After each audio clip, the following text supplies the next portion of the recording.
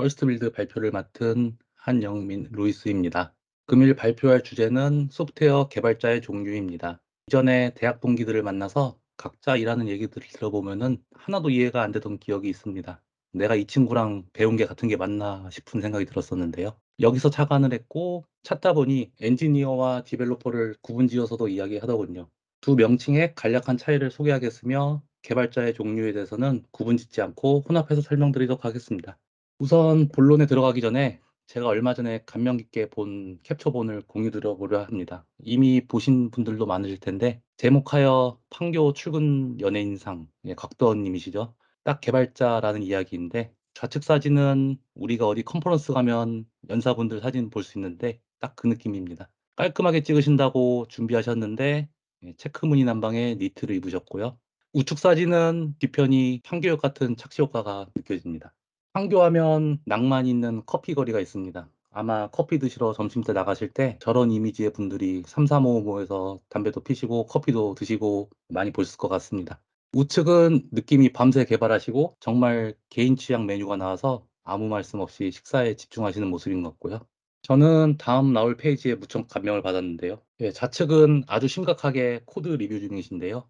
마치 부사수에게 뭐 코딩 테스트는 어떻게 통과했느냐와 같이 혼내는 표정 같습니다. 또 이런 분들이 일정은 기가 막히게 맞추시기 때문에 밤을 새신 일로 비일비재하고 그래서 피곤하셔서 눈물도 한번 닦아주시고요. 또 회의 중이신데 저 표정은 제 느낌은 뭐 나 바쁜데 왜 불렀냐 약간 이런 느낌인 것 같은데 사진에는 없지만 여기서 킬링 포인트는 회의에 펜과 종이를 지참하지 않으십니다. 여지껏 말씀드린 건 과장이 좀 섞여 있으니 재미로 봐주시고요. 저는 이번 발표를 통해 여러분들께서 더 다양한 부분을 활용한 아이디어 생성에 도움이 될까 싶어 이 주제를 결정하였습니다. 우선 소프트웨어 엔지니어와 디벨로퍼를 부분이 있는데 한 채용 사이트에서 정리한 것을 가벼운 마음으로 보고 넘어가겠습니다. 소 제목부터가 좀 도발적이긴 합니다. 엔지니어는 소프트웨어 일을 할 수 있지만 대부분의 디벨로퍼는 엔지니어링을 못한다라는 매우 도발적이죠. 엔지니어는 무언가 체계적이고 과학적이며 프로세스를 정립하고 고객의 요구를 기술을 통해 솔루션에 연결하는 멋진 일을 한다고 합니다. 디벨로퍼는 특정 프로그램의 디자인과 사용자 경험에 중점을 두며 필요하면 고객과 직접 일을 하기도 하고 고객이 원하는 것을 찾고 디자인 아이디어를 찾는 역시 멋진 일을 합니다. 다른 차이도 몇 개 더 있지만 이 부분에 대해서는 생략하겠습니다. 두 부분에 대해 어느 것이 더 낫다라고 말할 수는 없지만 두 파트 다 소프트웨어에 필요한 부분입니다. 개인적으로는 저희도 해커톤이나 8대1 프로젝트를 통해서 여기서 정의하는 엔지니어가 한다는 프로세스 정립 및 새로운 아이템 발굴 같은 것들에 대해 많은 경험을 할 수 있는 것 같습니다. 본격적으로 각각의 포지션에 대해 설명하기 전에 이해를 돕기 위해 각각의 스페셜리스트들이 여러 프로젝트에 어떻게 투입되는지 설명을 보여드리려 합니다. 처음은 웹인데요. 웹은 저도 사실 경험이 없습니다. 모르는 용어에 대해서는 검색한 내용을 설명드리겠습니다. 일단 첫 번째 랜딩 페이지는 검색 엔진 등 광고 등을 경유하여 접속한 이용자가 최초로 보게 되는 웹페이지이며 마케터가 의도한 행위를 하도록 하는 페이지를 의미합니다. 배너 같은 거를 의미하는 것 같습니다. 소규모 프로젝트는 보시면 프론트엔드와 QA 엔지니어가 필요하고 중규모, 대규모로 가면서 백엔드가 들어가는 것을 볼 수 있습니다. 회사 웹사이트도 비슷하고요. 이커머스, 온라인 스토어 같이 결제 시스템이 들어가면 소규모에도 백엔드가 필요하며 중규모에는 디자이너와 데브옵스, 대규모에는 데이터 사이언티스트와 데이터 엔지니어가 들어갑니다. 스트리밍, SaaS, CRM 시스템도 같아 보이고요. SaaS는 저도 잘 몰라서 찾아봤는데 온 디맨드 소프트웨어라고도 불립니다. 주문용 소프트웨어라고 불리고 차이는 있지만 APS의 확장이라고 하는데요. APS는 어플리케이션 서비스 제공자라고 하고 고가의 하드웨어 소프트웨어를 도입하지 않고도 네트워크 인프라를 통해 정보와 솔루션을 사용할 수 있는 어플리케이션 임대 서비스입니다. 아마 우리가 웹에서 사용하는 오피스 365가 비슷할 수도 있다고 생각이 드는데요. 그리고 고객 관계 관리라고 불리는 CRM, 커스터머 릴레이션십 매니지먼트는 소비자들을 자신의 고객으로 만들고 이를 장기간 유지하고자 하는 경영 방식이고 기업들이 고객과의 관계를 관리, 고객 확보, 그리고 고객 판매인 내부 정보를 분석하고 저장하는 광대한 분야를 아우르는 방법이라고 합니다.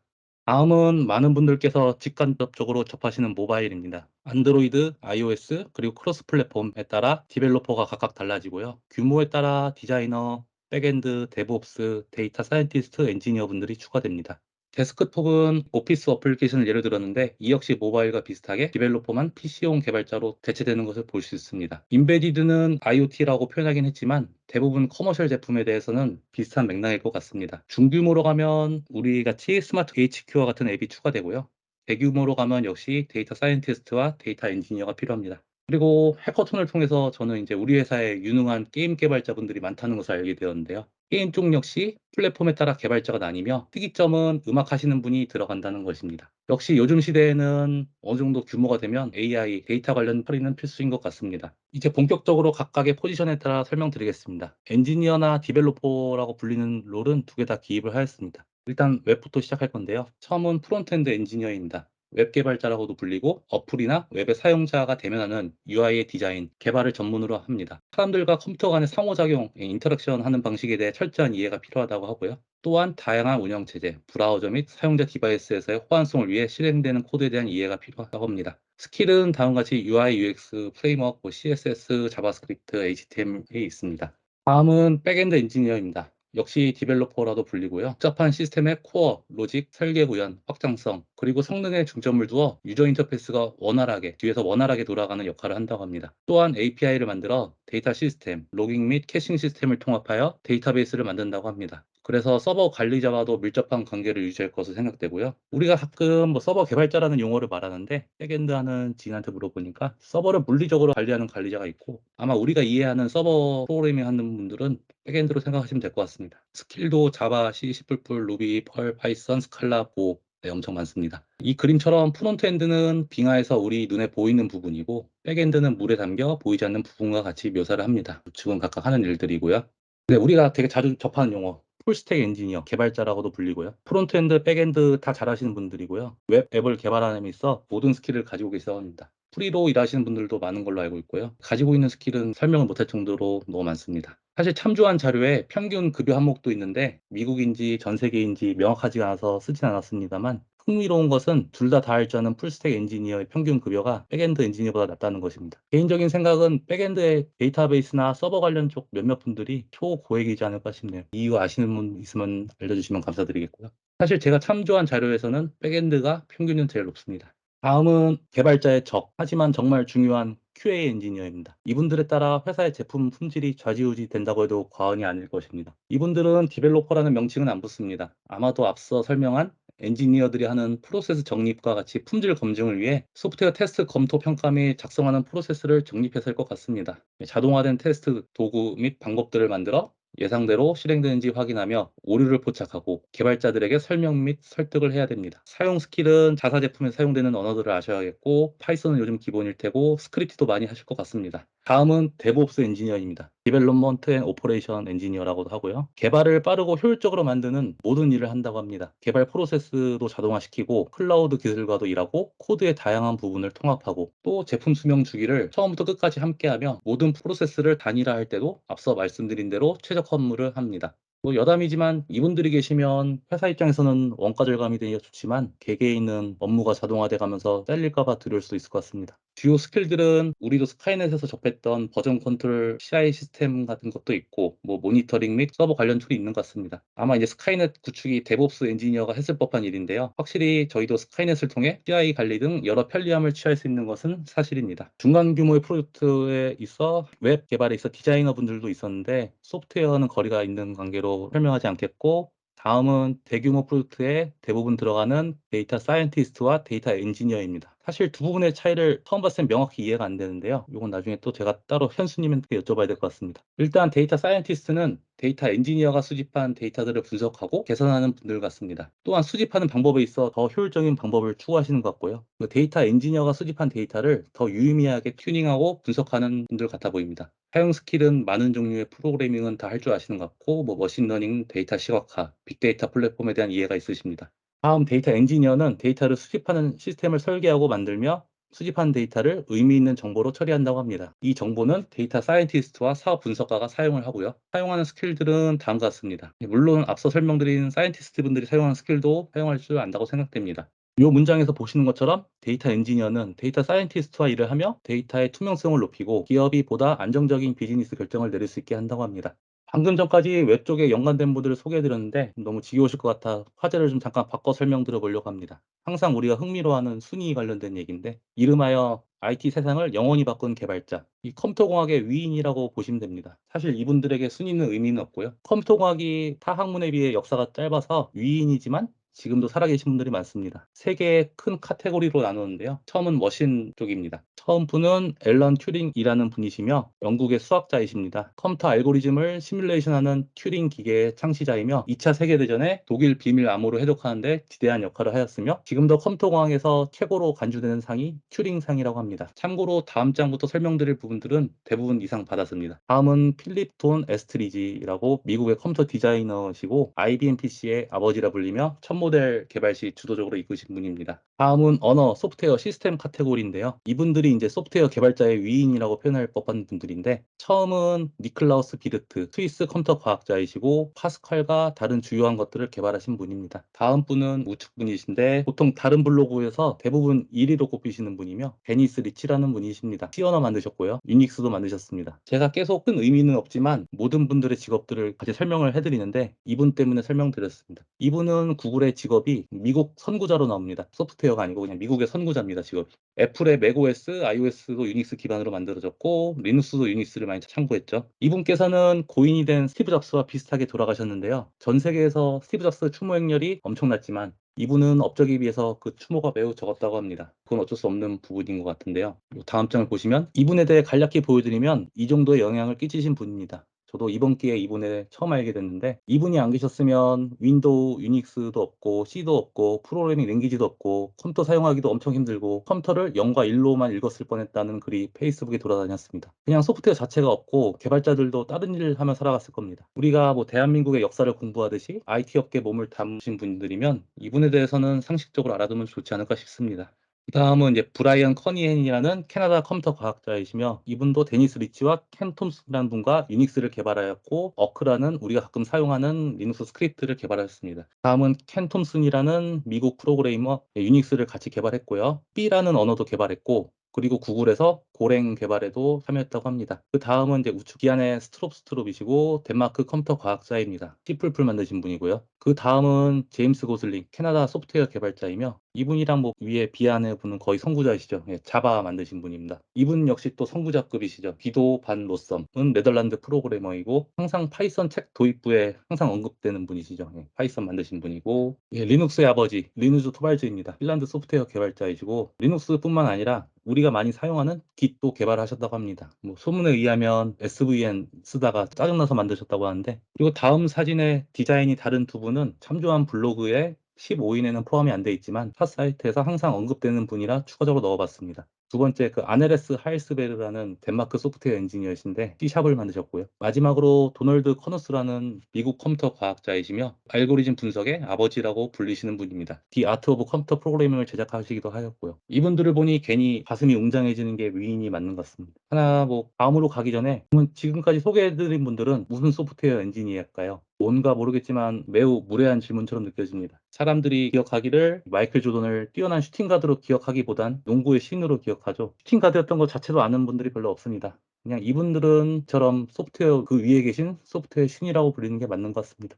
다음은 회사와 그에 연관된 분들이신데 처음 분은 앞전에 소개해드린 분들과 같이 소개가 되곤 하는 분인데 이해가 되실 겁니다. 팀 버너스 리 경입니다. 영국의 컴퓨터 과학자이시며 웹의 아버지라고 불리십니다. 개발하신 게 www, URL, HTTP, HTML 자기 받으실만 하고요. 다음 네 분에 대해서는 다 아시니 넘어가겠습니다. 여담으로 마크 주커버그에 대해서는 우리나라 몇몇 분들이 막 예전에 도토리 향수에 빠져서 한국이 먼저 한 거 아니냐라고 저도 이전에 생각은 해봤습니다만 이분의 업적은 전 세계 모든 분들이 국경에 관계없이 소셜로 연결이 되었다는 겁니다. 물론 몇몇 국가는 안 되지만 또 여기서 쓰진 않았지만 대단한 분들이 많으십니다. 팀 브레이라는 분은 XML을 개발했고 또 존 카맥이라는 분은 우리가 지금 하는 퀘이크와 둠 게임을 만들었습니다. FPS의 아버지고요. 그분은 지금 현재 오큘러스에서 CTO로 계시고요. 또한 테트릭스를 개발한 알렉세이 파지트노프라는 분도 있고 확실히 우리가 모르는 뛰어난 분들이 많습니다. 하나 아쉬운 점은 저 목록에 이제 한국을 포함해 아시아 분들이 없다는 건데, 뭐 비트코인 창시자라 불리는 사토시 나가모토라는 일본 분이 저기 들어갈 법지 않은가 싶네요. 블록체인이 지금 현재 핫 이슈니까요. 당연히 농담이고요. 근데 이마저도 미국의 소프트웨어 엔지니어가 일본 이름을 사칭했다는 소문이 많습니다. 아무튼 언젠가 아시아, 아니 대한민국에서도 저런 엔지니어가 나오길 기대하고요.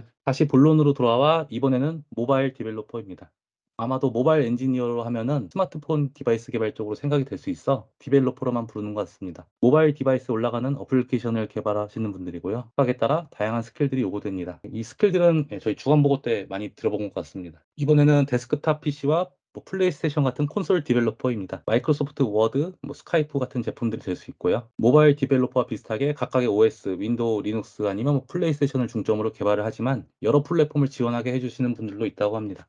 이번에는 게임 디자이너입니다. 디벨로퍼라도 불리며 매력적이고 상호작용적인 게임 시스템을 디자인하며 스토리텔링 및 세계 구축과 같은 창의적인 기술을 사용하여 게임에서 일어날 수 있는 환경을 프로그래밍합니다. 그래서 사용자의 게임 플레이 경험을 만드는 모든 요소를 코딩한다고 하는데 매우 할 일이 많아 보입니다. 아마도 이래서 괜히 우리나라의 몇몇 회사가 등대라는 별명이 붙는 거 아닌가 싶은데요. 보유 기술들은 다음과 같고요. 다음은 3D 그래픽 디벨로퍼입니다. 장면의 렌더링, 조명, 그림자, 음영 관리를 위해 소프트웨어를 개발하고 앞서 설명드린 게임 디벨로퍼와도 긴밀하게 일하는 경우가 많습니다. 게임뿐만 아니라 여러 분야에서도 필요로 하고 요즘은 3D가 안 쓰는 곳이 없으니까 또 매력적인 프론트엔드 개발에도 매우 필요한 기술이라고 합니다. 스킬에는 C, C++ 어셈블리가 들어갔는데 이 이유는 아마 최적화 때문에 그럴 것 같습니다. 모바일 게임 같은 경우도 이 부분에 대해서는 라이브러리도 해서 쓴다고 들었고요. 이번 장에 소개드릴 것은 소프트웨어 인테그레이션 엔지니어입니다. 저도 처음 봤을 땐 좀 어리둥절했는데 인베디드 디벨로퍼를 따로 구분하는 분들이 대부분이지만 이 글처럼 요즘 시대에는 스마트 디바이스나 IoT와 같은 제품들을 각 코딩 언어를 사용하여 개발하는 엔지니어라고 표현한 것도 멋스러워서 넣어보았습니다. 사실 예전부터 대부분 제조업 회사가 SI로 불리기도 했고요. 당연히 인베디드 안에서도 분야가 많죠. 하지만 이 글은 일반 사용자가 사용하는 프로덕트에 대해 포커싱이 된 거라서 이해하시면 될 것 같고요. 스킬에서 이제 프로프라이터리 테크놀로지라고 있는데 이건 독점 기술인데 오픈 소스의 반대를 표현한 것으로 보이고 예를 들면 RTOS 같이 라이브러리를 쓴다든지 아니면 우리 지금 GE에서 쓰는 커먼 코드를 의미하신다고 보면 될 것 같습니다. 다음은 그만의 고유의 특성을 가지고 있는 엔지니어를 소개하도록 하겠습니다. 아마 우리 회사 앞에 있는 안 모 회사의 대부분 계실 분들이고 시큐리티 엔지니어입니다. 화이트햇이나 윤리적 해커라고도 불리고 소프트웨어 보안을 테스트하는 시스템 방법 및 절차를 만드는 일을 한다고 합니다. 이런 절차를 만드는 쪽이 있다 보니 엔지니어가 붙은 것 같고요. 또한 주요 업무로 보안 결함을 악용한 취약점을 발견하여 수정하는 것입니다. 이분들이 가지고 계신 스킬 중에 리버스 엔지니어링이 있다는 것은 인상적입니다. 마지막으로 소개해드릴 포지션은 CRM 프로젝트 매니저이고요. 디벨로퍼로 칭해집니다. 단순히 생각해보면 우리가 휴가 올릴 때 연말정산할 때 올리는 ERP 사이트를 개발하시고 관리하시는 분들인데 물론 더 복잡한 일이 많죠. 주어진 프로그램의 요구사항 조정을 위해 사용자와 소비자의 데이터를 수집하는 일을 한다고 하고요. 아마 회계 쪽에 대해서도 많이 아시는 걸로 알고 있고요. 사용 스킬들이 타 개발자들과는 좀 다른 것을 보실 수 있습니다. 제가 준비한 것은 여기까지며 혹시 몇몇 분들께서는 허전한 기분이 드실 수 있습니다. 지금 우리가 사용하는 플루터, 안드로이드, SDK, 도커 이런 것도 다 소프트웨어인데 이건 도대체 누가 개발하고 어디서 나온 건지 궁금해하실 수 있습니다. 제가 준비한 자료는 전 세계적으로 개발자가 많은 쪽들의 포지션을 위주로 한 것으로 보시면 될 것 같고요. 우선 개발자는 전 세계 2,680만 명 정도가 된다고 하고요. 2030년에는 4,500만 명을 예상합니다. 두 그림은 전 세계 개발자들의 롤을 포지션을 조사한 자료고요. 두 그림 자체도 차이가 있지만 공통적으로 웹, 모바일, 데스크톱이 반 이상을 차지합니다. 앞에서 소개는 안 드렸지만 1%에 드는 신규 언어와 컴파일러 개발하는 분들, 플루트나 다트 같은 거 개발하실 테고요. 또 3%에 드는 운영체제 개발하는 분들도 있습니다. 물론 칩밴더에서 SDK를 개발하시는 분들도 있고 반도체 회사에서 칩 컨트롤러 펌웨어를 개발하시는 분들도 있습니다. 제가 모르는 더 다양한 분들이 있을 거고요. 저는 금일 발표를 통해 우리가 평소에 잘 접하지 못할 전 세계 많은 개발자들이 하는 일이 무엇인가 살펴보았으며 우리가 협업할 수 있는 분야가 있을지 탐구하기 위함이었습니다. 다음 사이트들을 참조하였으면 질문 있으시면 질문 부탁드리겠습니다. 마무리하겠습니다. 앞선에 보여드린 곽도원님은 제 생각에는 백엔드 엔지니어 같습니다. 고객들을 직접 만날 일이 없어서 회의 때 종이랑 펜 지참 안 하는 게 버릇이 된 것 같고요. 억지입니다, 억지. 또한 실력이 좋아서 연사도 나가시고, 근데 보통 연사로 나가시는 분들이 백엔드 분들이 많았던 것 같습니다. 그리고 개발하시는 분들 중에 저 사진처럼 이게 포스에 자신감이라고 하죠. 본인 기술에 대한 자신감이 있음이 중요하기 때문에 어느 분야에 실력 있는 개발자라고 해도 전혀 어색함이 없을 것 같습니다. 제가 오늘 준비한 건 여기서 마치겠습니다.